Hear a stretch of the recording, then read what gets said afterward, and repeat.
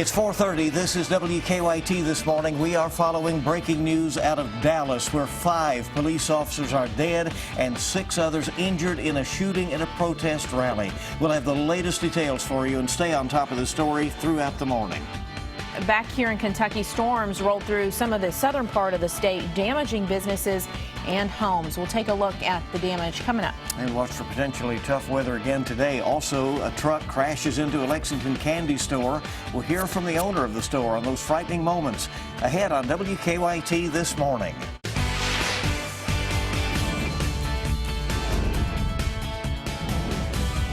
This is WKYT This Morning. Good morning. Welcome into WKYT News. I'm Bill Bryant. I'm Rebecca Smith. It is a very somber day for us. Dallas seeing just an awful tragedy. The death toll now to 5 police officers. Yes, and apparently 6 others injured. We'll have the details on that in just a moment. It is also a WKYT First Alert Severe Weather Day. It's a precaution on that. And let's get a look quickly at the forecast. Here's Micah. Yeah, we're moving these storms on out of here that we have down toward the southeast. Those are pushing on out, but what you're going to see is right through here. If you go across the 64 corridor into the Mountain Parkway, around that area, that's where you'll start to see more storms fire up here in the next 3 to about 4 hours. So that's what we're going to be watching very closely, and we do have that flash flood watch in effect until midnight. We're going to get into that coming up in a few minutes, guys. All right, we'll see you then. We are following breaking news out of Texas this morning. Authorities are in negotiations right now with a suspect possibly connected to last night's fatal police shootings in Dallas. Authorities say at least 2 snipers opened fire on police at elevated positions yesterday. This was as peaceful protests over the recent police shootings of 2 black men just really plunged into chaos. Omar Villafranca has the latest from Dallas.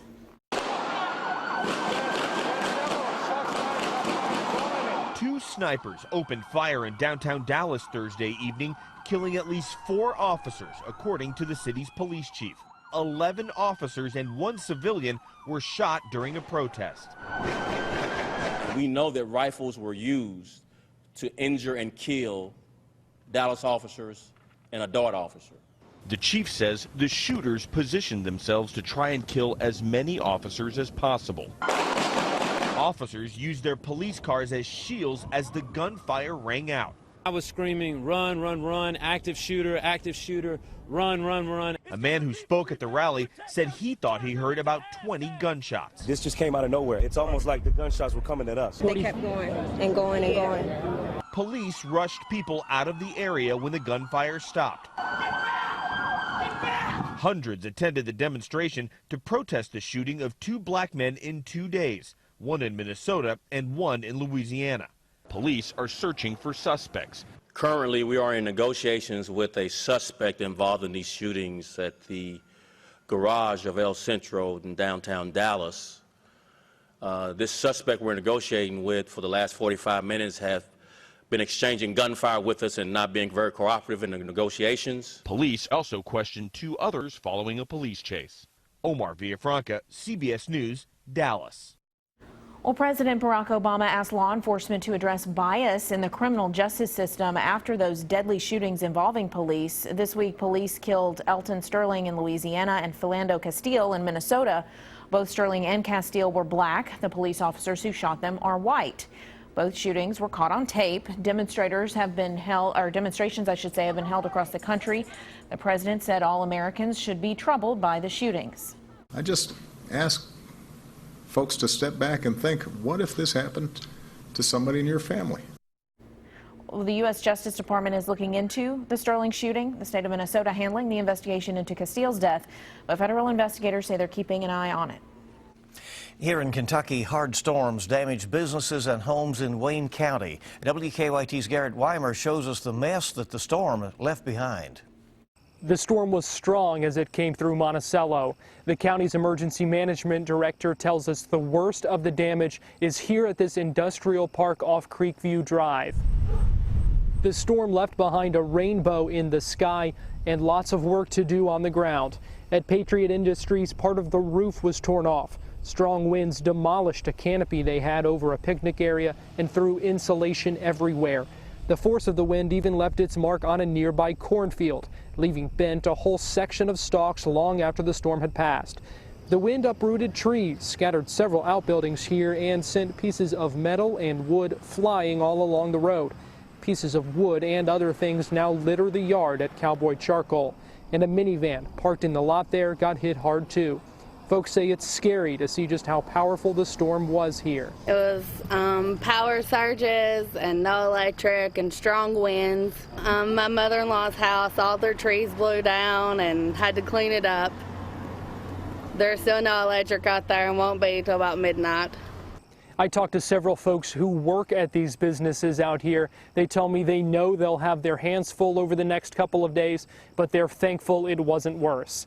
In Wayne County, Garrett Weimer, WKYT.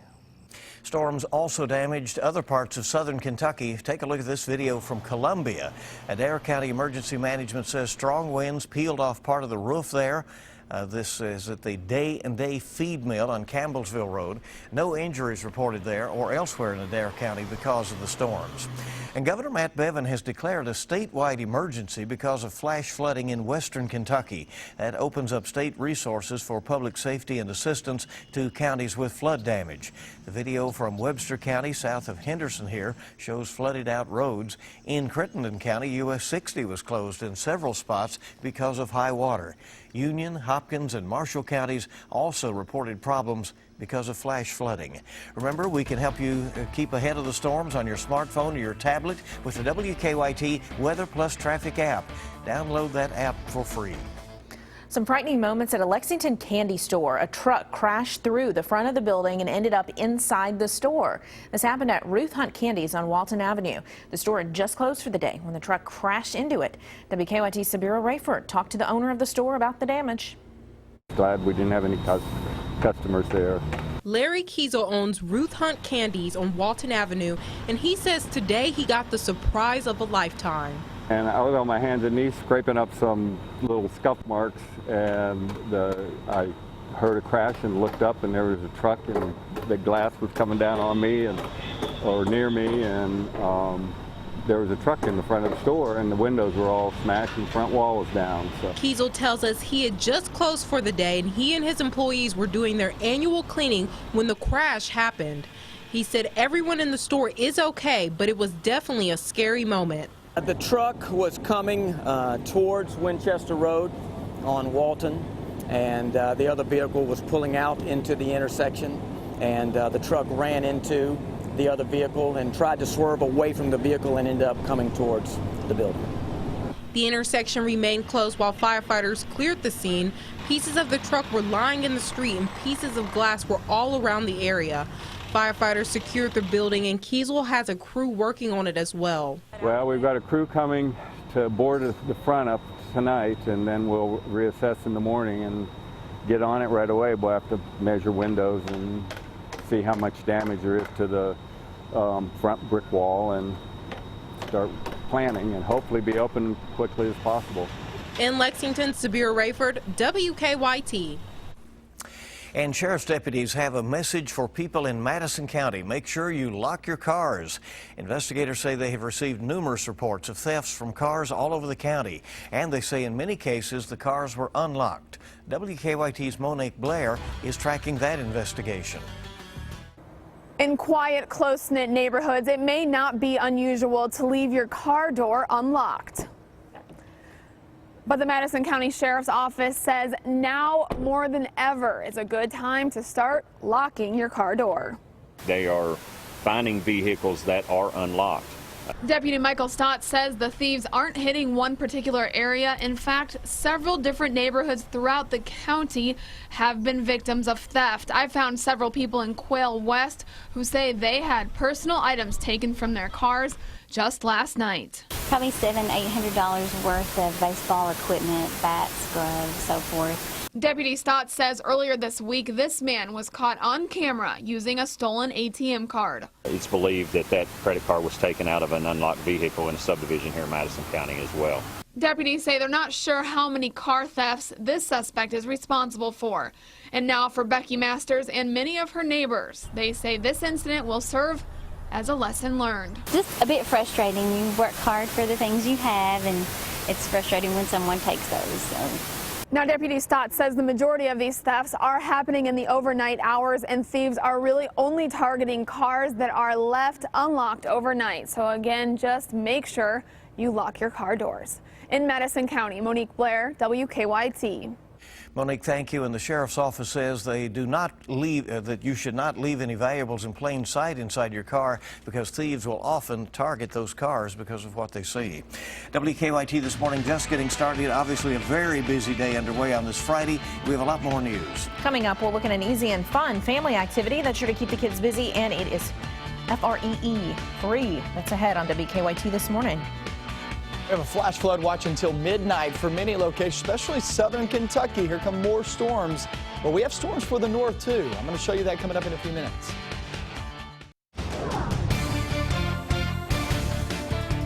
Still have some showers, some couple of rumbles of thunder over toward the east and southeastern zones. It's not much out there, but it's still out there. But here's the area I want you to really pay attention to that we're most concerned about as we head off through the next few hours, anywhere from 2 to about 5 hours.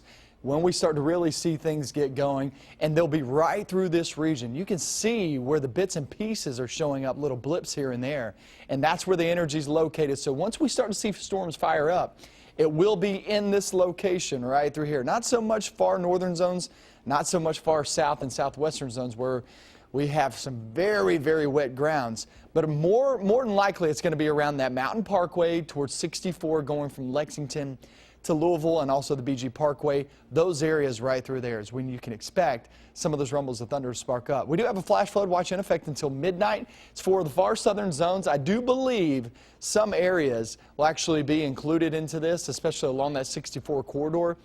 It just all depends on where those storms pop up. But the reason why they're going ahead and saying 100% down south is because you guys down south the past 2 days have picked up anywhere from 2 inches of rain to close to 10 inches of rain. So it's been an absolute washout the past couple of days, and it looks like we're going to add more storms to your forecast again today. Rounds of storms, they'll be on and off. You will get breaks in the action. However, when you get the break, just last another hour or two, and here comes some more storms. So that's the way it's going to be. I would say anywhere from about 9 a.m. to about, you go off towards 6 or 7 p.m. I mean, it's going to be an all-day thing that you have on and off. So like I said, you will get breaks. High winds, flash flooding, still our main concerns. Saturday, a much better day. I mean, it'll feel much better, humidity way down, and even Sunday is a much better day too. Sunday, mainly dry there in the forecast, but we just can't rule out a stray storm, especially southern Kentucky. That's where we're mainly watching on Sunday. But for the most part, this weekend looks much, much better. It's just we got to get through today with those high winds and flash flooding being a possibility. So your 7-day forecast, to break it down for you, if you're not seeing rain during some point during the day, it's going to be pretty steamy like it was yesterday. Yesterday we actually reached the upper 80s to around 90 degrees. Many locations that did not see storms. And that's the way it's going to be today.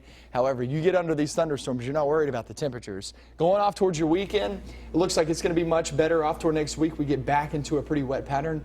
It's about 40% chance of rain each and every single day, so they'll still be there. But for the most part, you just got to keep an eye on the sky today. It's on and off all day long. You'll get some things, sometimes some dry times to get out and knock some out some errands, but for the most part, watch out for these storms. Okay, will do. Obviously, this could happen anytime beginning this morning. That's right. Yeah. Micah, thank you. It's 4:46 now.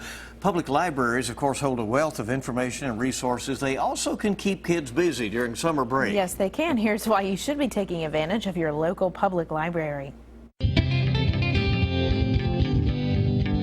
Hi, I'm Liz Hayes with this Mom's Everyday Minute. There's a resource right in your community that can provide hours of entertainment while spurring adventure and imagination. If you haven't taken advantage of your public library, you're really missing out. Public libraries are a great resource for the community. Many bring in artists and authors, host a wide variety of children, teen, and adult programs, and of course, hold countless books, magazines, DVDs, CDs, and electronic materials available for rental. And the best part? It's all free. If you have young children, take them to the library often. Let them pick out books and then spend time every day reading with them. This is key to a successful start in school. Public libraries are a wonderful community resource that can keep you and your kids busy all summer long. For these tips and more, go to WKYT.com, click on Moms Every Day. And when WKYT This Morning returns, we have a lot more news. Let's get this in real quickly. We just heard the president will address the nation in just over an hour about this situation in Dallas. So we plan to bring that to you when that happens. He is in Poland, but apparently we'll make a talk here shortly. And the death toll up to 5 at this point. Yes, awful. Awful situation. Well, Kentucky Governor Matt Bevin says there's a conflict of interest in Attorney General Andy Beshear's lawsuit against him. We'll tell you why when we come back. Welcome back in. Kentucky Governor Matt Bevin says Attorney General Andy Beshear should not be allowed to sue him because of conflict of interest. Right. More details. Beshear sued the governor last week, challenging the governor's decision to replace the Board of Trustees at the University of Louisville. But the governor's attorneys say last year, former Attorney General Jack Conway issued an opinion saying it was legal for a governor to reorganize the university board, and they claim the state's Code of Professional Conduct for Attorneys does not allow Beshear to sue the governor because of that. Beshear says he will continue the lawsuit. Funeral arrangements have been set for a Lexington firefighter who died after a battle with cancer. Matt Logston visitation will be Sunday from 1 until 9 at Highlands Funeral Home on Taylorsville Road in Louisville. His funeral will be at the funeral home Monday afternoon at 1. Lexington Police Detective Philip Harrison also died of cancer. His funeral will be at 2 o'clock this afternoon at Southland Christian Church on Richmond Road. Family members of a northern Kentucky couple say they are worried because they have not heard from them in days. Police say Robert Jones and Crystal Warner of Florence were last seen Sunday. The couple left Letcher County that afternoon and went to Washington County to check on a rental property before heading home to Florence. The tenants of the rental home say the couple left Washington County about 7 o'clock Sunday night. And police say Jones's cell phone pinged along Interstate 64 in Woodford County at about 10 o'clock that night. No one has heard from the couple since. They never made it home to Florence. Their Sunday paper is still there on the doorstep. The cops had went out. Investigators say the couple was last seen in a gray Volkswagen Passat. State police are investigating. The new Ark Encounter Park in Grant County is now open. It attracted some big crowds on its opening day yesterday. The park features, of course, a big replica of Noah's Ark. Some protesters showed up there. They say they're upset that the park received millions of dollars in tax incentives from the state while requiring its employees to identify as Christian. A Nelson County restaurant helped raise money for the K-9 partner of a fallen Bardstown police officer. Officer Jason Ellis was ambushed on the Bluegrass Parkway in 2013. His K-9, Figo, has been living with the mother of Officer Ellis's widow. Buffalo Wings and Rings donated 15% of its sales to help pay for Figo's medical expenses. The Ellis family says the dog has been diagnosed with some illnesses lately. And while the fundraiser has ended, we do have information on WKYT.com on how you can still help. Let's give you just a little bit of updated time information. The president apparently is going to speak here in just a few minutes. CBS News will carry that live. We will go to that. This, of course, regards to this awful night in Dallas. 5 police officers have been killed there after protests. And almost a dozen injured total in that shot at. So we will continue to update you on the situation as it unfolds. It is a rapidly changing situation. And all of our top stories are on the way here on WKYT this morning. Now 4:57 on WKYT. All right, let's check out Micah and see what is happening with weather. First, some of the stories we're working on this hour. Breaking news out of Texas. We know that 11 police officers were shot at a Dallas protest against police shootings. 5 of those officers are dead, and 6 others are injured. We are live with the latest details on that shooting. The president also to speak within the next few minutes, coming up on WKYT this morning. Let's check in with Micah now. Yeah, now we'll go to weather. Yeah, and we're looking for those storms to fire away here in just about 2 to 4 hours. That will be the first round. We'll have rounds throughout the day, guys.